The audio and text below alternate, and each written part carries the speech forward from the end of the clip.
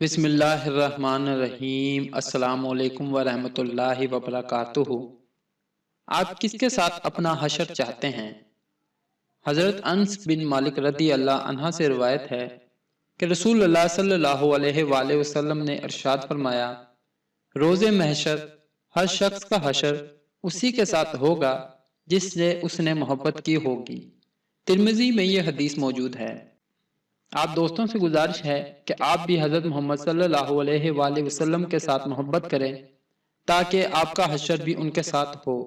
اللہ پاک ہم سب کو اپنے حفظ و ایمان میں رکھے۔ اللہ حافظ۔